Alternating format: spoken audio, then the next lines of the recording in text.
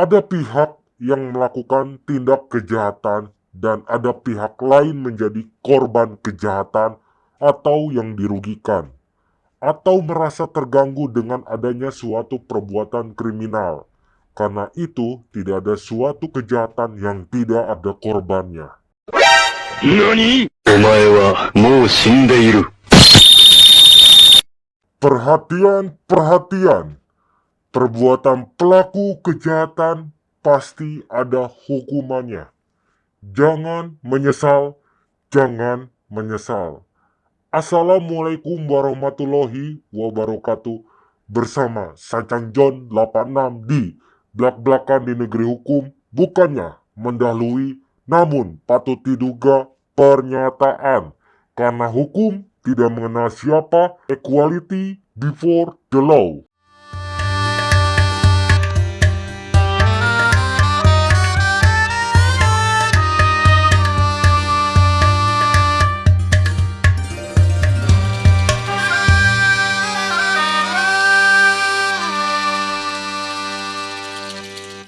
Viktimologi sebagai bidang ilmu yang lebih menyoroti korban. Memang ada suatu konsep dalam kriminologi yang menyatakan bahwa ada suatu kejahatan yang terjadi tanpa korban, atau dikenal dengan konsep crime without victim, seperti matinya seorang pecandu heroin atau seorang gadis yang menjadi pekerja seks. Dalam konteks ini, pemakaian heroin adalah kejahatan, dan kejahatan tersebut menyebabkan matinya si pemakai heroin yang mati akibat perbuatannya sendiri.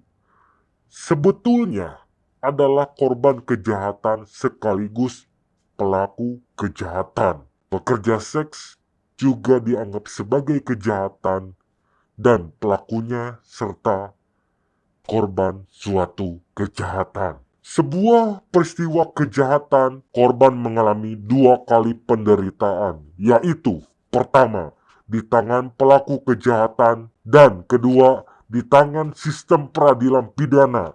Korban dengan sistem peradilan pidana adalah dengan polisi. Pada saat ini, korban berharap polisi menerima penjelasan kejadian berdasarkan versinya. Korban tidak menyadari bahwa hal pertama yang penting bagi polisi di tempat kejadian adalah menilai apakah terjadi kejahatan atau tidak. Jika dinilai terjadi kejahatan, polisi masih memerlukan pembuktian guna menilai apakah korban benar-benar korban atau justru pelakunya. Jika korban dinilai sebagai korban sebenarnya, kejahatan yang terjadi masih akan diklasifikasikan lagi apakah termasuk dalam kasus kejahatan berat atau kejahatan ringan. Dan polisi lebih memprioritaskan penyidikan terhadap kejahatan-kejahatan yang tergolong berat. Pada korban kejahatan ringan biasanya tidak menyadari bahwa pelaku tindak pidana ringan akan ditangkap oleh polisi hanya jika ada polisi di tempat kejadian perkara saat kejadian, atau jika korban melakukan pengaduan resmi kepada polisi. Hasil klasifikasi di atas mungkin akan membuat korban kecewa karena menginginkan pelakunya segera tertangkap dan dikenai tuduhan seberat mungkin. Padahal kenyataannya seringkali tidak demikian. Belum lagi jika polisi gagal mengumpulkan bukti-bukti kejahatan, prosesnya mungkin akan terhenti.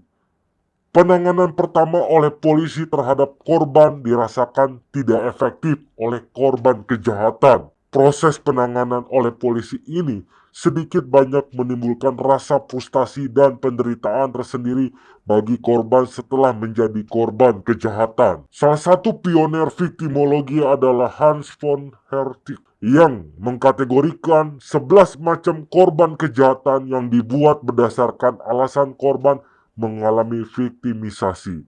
Mereka tergolong muda karena mereka memiliki tubuh yang lemah, perempuan karena lemah, orang tua juga karena lemah, mereka yang lumpuh secara mental atau keterbelakangan mental, kecanduan obat, narkotika, dan alkohol, karena mereka tidak dapat belajar mempertahankan diri atau mengenali bahaya. Imigran, kaum minoritas, karena tidak mendapat respek dari masyarakatnya.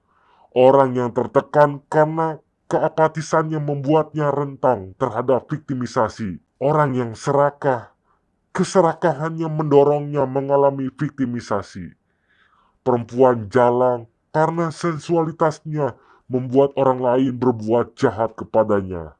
Para penyendiri, dari orang yang patah hati, yang sangat membutuhkan teman sehingga mengabaikan perlindungan dirinya.